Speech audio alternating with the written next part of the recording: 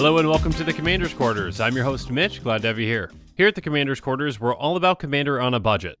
Before we jump into things today, I just want to thank everyone for the positive response to my last episode. Thank you for listening to my reasoning and thank you for voting. The survey got a ton of responses and the results seem to be pretty definitive. Over 93% of you voted to move to a $50 overall deck cost. This would include shipping as well as more commanders in the cost. So thank you to everyone for voting and sharing your opinions with me no matter which of these you voted for. With this feedback in mind, I'm going to move to that $50 budget overall cost. If you want to know my reasoning for doing so, you can go ahead and check out that episode. I truly want to make sure that this is a channel for the community, and I hope you enjoy the deck techs just as much, if not more, going forward. Thanks again, and let's get into today's episode.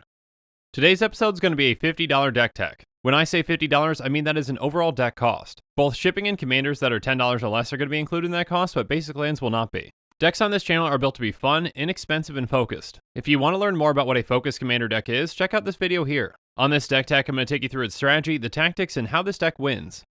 This show and episodes like this one are possible because of viewers like you. So if you're looking for some easy ways to help support the show, make sure you like this episode and share it with friends. And make sure you subscribe to the channel and hit that bell notification icon so you don't miss any new episodes. You can also go check out our playmats and other merchandise at thecommandersquarters.com. Thank you to everyone who's already purchased our merchandise, it really does help support the channel. Another easy way to support this channel is by using our TCGplayer affiliate links. So make sure that you're looking for those links in the description whenever you're buying a deck or just individual cards. And the final way that you can support this show is by supporting us directly by becoming a patron. There are many benefits to being a patron, and I truly couldn't do this without all of their support. Today's commander is Golos, Tireless Pilgrim. Golos is a 3/5 scout that costs 5. When it enters the battlefield, you can search your library for a land card and put that onto the battlefield tapped, then shuffle your library. And by paying 2 in Wooburg, you can exile the top 3 cards of your library and then play them this turn without paying their mana cost. That ability is extremely powerful, and if you hit your next land drop after casting Golos, you're going to be able to use it right away. To use that ability though, you need all 5 colors. But since you have access to green, you've got plenty of ways to ramp and fix your mana. So what's our strategy with this deck? We're going to ramp quickly to get Golos out and then control the board. We're running a ton of ways to ramp with this deck so we can get Golos out on turn 4 or even turn 3 if we're lucky. Again, the turn after we get Golos out, if we hit our next land drop, we're going to be able to activate its ability. But with 7 mana, we can easily cast most spells in this deck, and that includes a good amount of our board wipes. And the board wipes that we're running are going to destroy a lot of things, but not Golos. So after we control the board, how do we win with this deck? We're going to activate Golos to cast some high impact spells and then combo off. We can definitely get some random powerful effects off the top of our library, but we can definitely set ourselves up too. With Golos' ability, we can have some really explosive turns to demolish our opponents. And if you need to, this deck can combo off in a few different ways to win. As with all Commander's Quarters decks, I'm going to take you through 10 different tactics that show you how the deck works and how we're going to win with it. So let's start off with tactic number 1, bobbing along. First up, we're going to be running Wayfarer's Bauble. That felt really good to say again. We can pay 2 and sacrifice Wayfarer's Bauble to search our library for a basic land and put into play tapped. Next up, there's Font of Fertility, which does the exact same thing but for 1 and a green. And then there's Search for Tomorrow, which is a fantastic turn 1 play.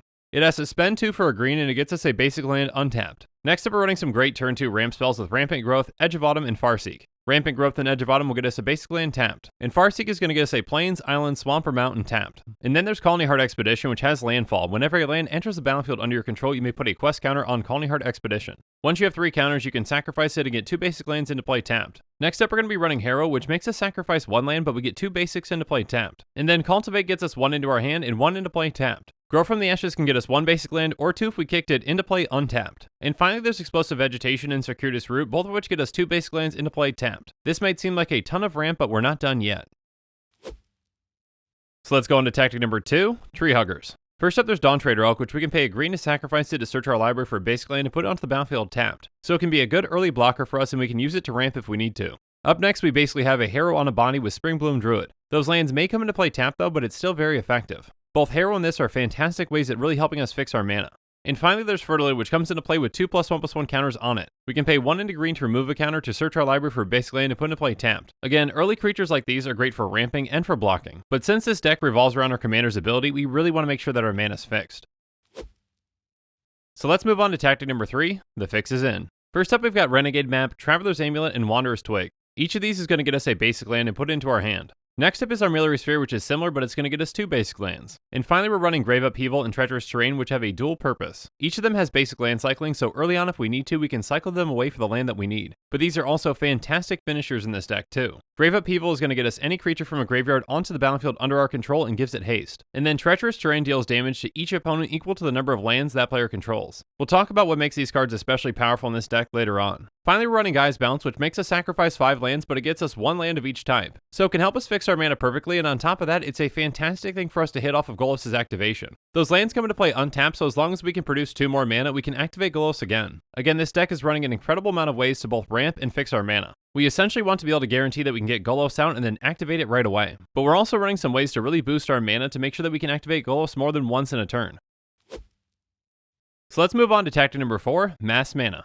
First up, we're running Early Harvest, which is going to untap all of our basic lands. This is an incredibly powerful card in this deck, and because of it, we're going to be running a ton of basic lands. So if we hit this off of Golos' ability, we can have a huge turn. Essentially, it allows us to activate Golos at least one more time. Now, there are plenty of ways that we can really abuse this card with this deck. We'll get into those later, but for now, let's look at a similar card with Brass's Bounty. It's going to give us a treasure token for each land we control. The only kind of ramp that we're doing in this deck is land ramp, and for good reason. Brass's Bounty is going to give us a ton of treasure tokens that allow us to activate Golos again. Again, there are plenty of ways that we can really abuse this to have some huge turns. And either one of these cards can be a key piece in one of our combos. But those combos we'll go through later. For now, let's move on to Dictative Karametra and Zendikar Resurgent. Dictative Karametra has Flash and says, whenever a player taps a land for mana, that player adds 1 mana to his or her mana pool of any type that land produced. Zendikar Resurgent does the exact same thing, but only for us. But with either of these in play, we can essentially double our mana and activate Golos a ton of times. These can easily lead to some really explosive and game-winning turns. And we've got one last way to essentially get extra activations from Golos. Both Part the Water Veil and Karn's Temporal Sundering give us an extra turn. On top of that, we can use Karn's Temporal Sundering to bounce something too. With all the powerful things that we can do with this deck, one extra turn is all we need sometimes to finish out a game. But let's backtrack a little bit and talk about what happens if we get Golos out there and our opponents have a ton of things on the board. Let's go through what to do now in tactic number 5. Here comes the boom. First up, there's Solar Blaze, which says each creature deals damage to itself equal to its power. Again, with this deck, we're looking for ward wipes that keep Golos safe and take out a lot of our opponent's creatures. Golos is going to survive this, but a lot of our opponent's creatures probably won't. And we can easily just hardcast this spell early on if we need to as well. And then we've got some more cheap board wipes with Slaughter the Strong, Divine Reckoning, and Tragic Arrogance. Slaughter the Strong says each player chooses any number of creatures they control with total power of 4 or less and sacrifices all their creatures they control. And then Divine Reckoning is going to make everyone pick one creature and destroy the rest. On top of that, it has flashback, so we can cast it a second time too. Tragic Arrogance can be absolutely backbreaking to our opponents. It says for each player, you choose from among the permanents that player controls an artifact, a creature, an enchantment, and a planeswalker, then they sacrifice all the other non-land permanents they control. With this deck, we're not dependent on having a ton of permanents on the board, but our opponents very well might be, and this can really set them back. Next up is Urza's Ruinous Blast, which is a legendary sorcery, and it's going to exile all non-land permanents that aren't legendary. This can be an extremely powerful effect, especially if our opponents are running a ton of mana rocks. Not only will this wipe their boards, but it's also going to set them back mana-wise. And then there's Volcanic Vision, which is a recursion spell and a wrath spell wrapped up in one. It gets us back an instant or sorcery from our graveyard back to our hand, and then it deals damage to each of our opponent's creatures equal to that card's converted mana cost. We're running a ton of targets for it that have a really high converted mana cost to completely wipe our opponent's boards. An especially high one is Soul Scour, which costs 10 mana. It's well worth it though because it's going to destroy all non-artifact permanents. So Golos will stay on the board, but most of our opponent's things will go. And then there's Doom Blast, which is going to destroy all creatures but Golos. Plague Wind will destroy all creatures our opponents control and they can't be regenerated. And Ingarrick's Wake destroys all creatures and planeswalkers we don't control. Finally, we've got 2 board wipes that can actually ramp us with Necromantic Selection and Flood of Tears. Necromantic Selection is going to destroy all creatures, but then we can return a creature card put into a graveyard this way to the battlefield under our control, and it's a black zombie in addition to its other colors and types. So it may kill Golos, but Zombie Golos is just as good. And then Flood of Tears is going to bounce all non-land permanents back to their owner's hands. If we return 4 more non-token permanents we control this way, we can put a permanent card from our hand onto the battlefield. Now this deck isn't running a ton of permanents, but we do have some, and we also have ways to get some of our opponents too. Regardless, with the amount of mana that we have with this deck, recasting Golos isn't that big of a deal. All these board wipes are fantastic in this deck. They can really set our opponents back while not really affecting us at all. Once we have things under control, we've got some really powerful spells that can get us even further ahead.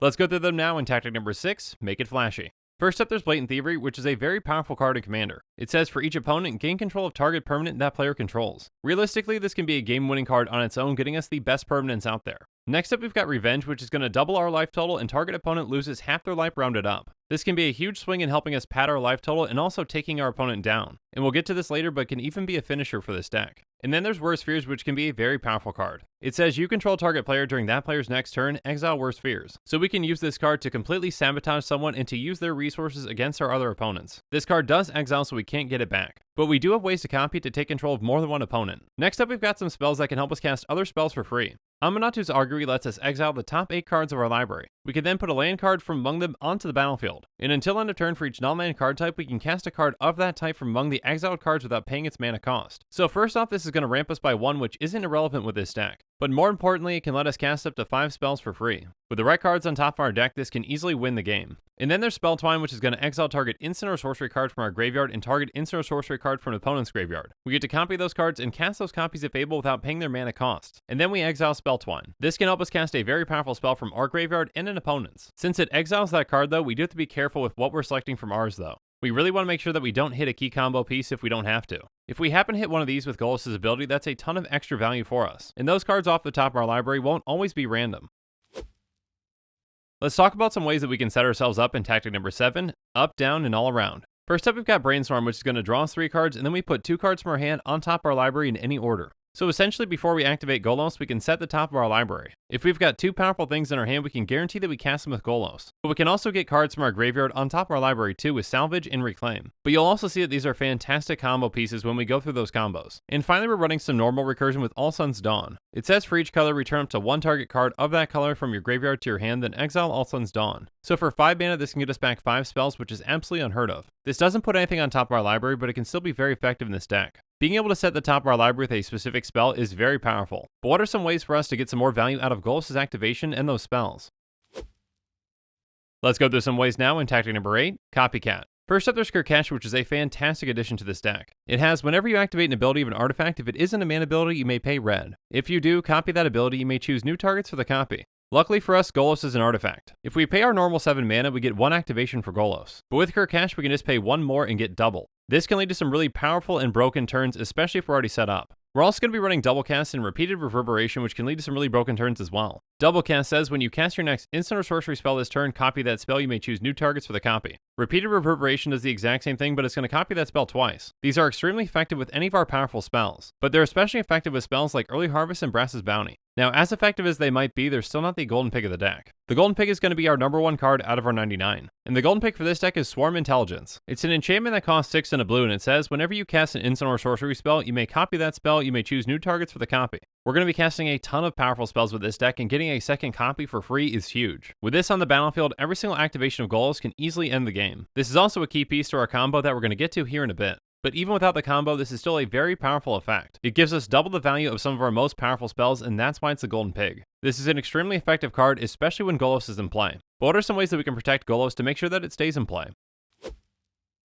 Let's go through them now in tactic number 9, Stop It. First up, there's Insidious Will, which says choose 1. Counter target spell, you may choose new targets for target spell, or copy target instant or sorcery spell, you may choose new targets for the copy. So this can be a counter spell or a way to double up one of our big spells. Next up, there's Unwind, which is going to counter target non-creature spell and untap up to 3 lands. This card can be extremely effective, especially if we have a mana doubler out. And then we're running Spell Swindle, which is going to counter target spell and give us X treasure tokens where X is that spell's converted mana cost. This can generate us a huge amount of value by countering one of our opponent's spells or even one of our own. For example, if we get this in one of our big spells that we don't need off the top of our library, we can just counter that spell and get a ton of treasure tokens. This easily allows us to activate Golos a second time. So this can be a form of ramp as well as protection. And finally, there's Nurok Stealthsuit and Spiritual Asylum, which can both really effectively protect Golos. Nurok Stealthsuit gives Golos Shroud, and we can attach it at instant speed for blue-blue. And then Spiritual Asylum gives all of our creatures and all of our land Shroud. Now, if we attack, we do have to sacrifice it, but we're not going to be attacking with Golos anyway, so this will stick around. So we've talked about ramping, blowing up the board, protecting our commander, and doing some really powerful things, but how do we finish out a game? Let's go through some ways to do that in tactic number 10, just what I wanted. First up, we've got Firebind's Foresight, which gets us 3 instants. 1 will be converted mana cost of 3, and then 2, and then 1. Now this isn't guaranteed to win us the game, but it can get us a really explosive turn. For example, it can get us something like a Brainstorm, a Double Cast, and an Early Harvest. We can use the Brainstorm to get the other 2 on top of our library, and then Golos does the work from there. So Firemind's Insight can be very powerful, but we've got some even more powerful tutors. Next up, there's Behold the Beyond, which makes us discard our hand, but we get 3 cards from our library into our hand. So this can go get us the perfect 3 cards that we need. But we've got a tutor that can be even more powerful with Conflux. Conflux is going to tutor for a white card, a blue card, a black card, a red card, and a green card. We can easily set ourselves up to win with this. But the most powerful tutor in this deck has got to be Doomsday. It says search your library and graveyard for 5 cards and exile the rest. Put the chosen cards on top of your library in any order, you lose half your life rounded up. This card is so powerful that we may just search for this with one of our tutors if we can. Because if our opponents can't stop us and we cast this and activate Golos one more time, we win. And with this deck, we can very feasibly do this in 1 turn. So now let's go through the combo that's going to win us the game. It may get a little convoluted, but stick with me here. And there are multiple ways that this can be done, but let's just go through one of them. So the 5 cards that we're going to get are Swarm Intelligence, Brass's Bounty, Reclaim, Salvage, and Treacherous Terrain. For simplicity's sake, I put them in the order that we're going to put them in. So Swarm Intelligence would be the top card and Treacherous Terrain would be the bottom card. We activate Golos once, which is going to exile Swarm Intelligence, Brass's Bounty, and Reclaim. We cast Swarm Intelligence first. Next, we cast Brass's Bounty. Brass's Bounty is going to copy thanks to Swarm Intelligence. For this example, let's say that we have exactly 7 lands. With Brass's Bounty in its copy, we create 14 treasures. Then we can cast Reclaim to get Brass's Bounty back on top of our library. We're going to sacrifice 7 of those treasures to activate Golos again. This time it exiles Brass's Bounty, Salvage, and Treacherous Terrain. Thanks to Swarm Intelligence, Brass's Bounty is going to create 14 more treasures, putting us at 21. We're then going to cast Salvage, which is going to copy with Swarm Intelligence. This lets us put back Brass's Bounty and Reclaim back on top of our library. Then we can cast Treacherous Terrain and copy it with Swarm Intelligence. Now this will probably deal a ton of damage to our opponents, but we're not done just yet. Using 7 more treasures, we're going to activate Golos again. This gets us Brass's Bounty and Reclaim. So again, another 14 treasures, and we can cast Reclaim to get both Brass's Bounty and Salvage back. So basically, we can just keep activating Golos over and over again doing this same loop. Thanks to Swarm Intelligence, Reclaim and Salvage both get each other back, as well as Brass's Bounty. Each time that we do this loop, we essentially gain an extra 7 treasure. So with this loop, we basically create infinite treasure. With that infinite treasure, we can then switch the loop. Since we have all the treasure we need, we no longer need to get Brass's Bounty back. We can activate Golos as many times as we need to with our infinite treasure. So this time that we cast Reclaim, we're going to get Salvage back, but instead of getting Brass's Bounty, we're going to get Treacherous Terrain. We cast Treacherous Terrain and we hit our opponents for a lot of damage. Then we cast Salvage and get Reclaim and Treacherous Terrain back. We activate Golos, cast Treacherous Terrain, and then cast Reclaim. Essentially the exact same loop as before, but instead of it being Brass's Bounty, we have Treacherous Terrain in there. So basically we're just casting Treacherous Terrain as many times as we want to kill our opponents. Now there are other pieces that can fit into this combo, but this is just the basic shell. You can swap out some of the cards to kill your opponents in whatever way you would like. Now again, this is an extremely powerful combo, but this deck doesn't always need it to win. Golos is a ton of fun to play and can do a lot of powerful things even without comboing.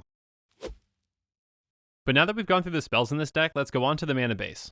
First up, there's Evolving Wilds and Terramorphic Expanse, both of which we can tap and sacrifice to search our library for a basic land to put into play tapped. Next up, we're running 3 of the Panoramas with Jund, Bant, and Naya. Each can tap for a colorless, and we can pay 1 and tap and sacrifice them to search for 1 of 3 lands. And next up is Warp Landscape, which is similar, but it can get any of our basic lands for 2. Then there's Crow's Verge, which enters the battlefield tapped and taps for colorless. On top of that, we can pay 2 and tap it to sacrifice it and get a forest and a plains into play tapped. Next up is Blighted Woodland, which can tap for a colorless. We can also pay 3 and a green and tap and sacrifice it to go get 2 basic lands and put them onto the battlefield tapped. Finally, we're going to be running 29 basic lands. 15 of those are going to be a forest, 4 will be swamps, 4 islands, 3 plains, and 3 mountains.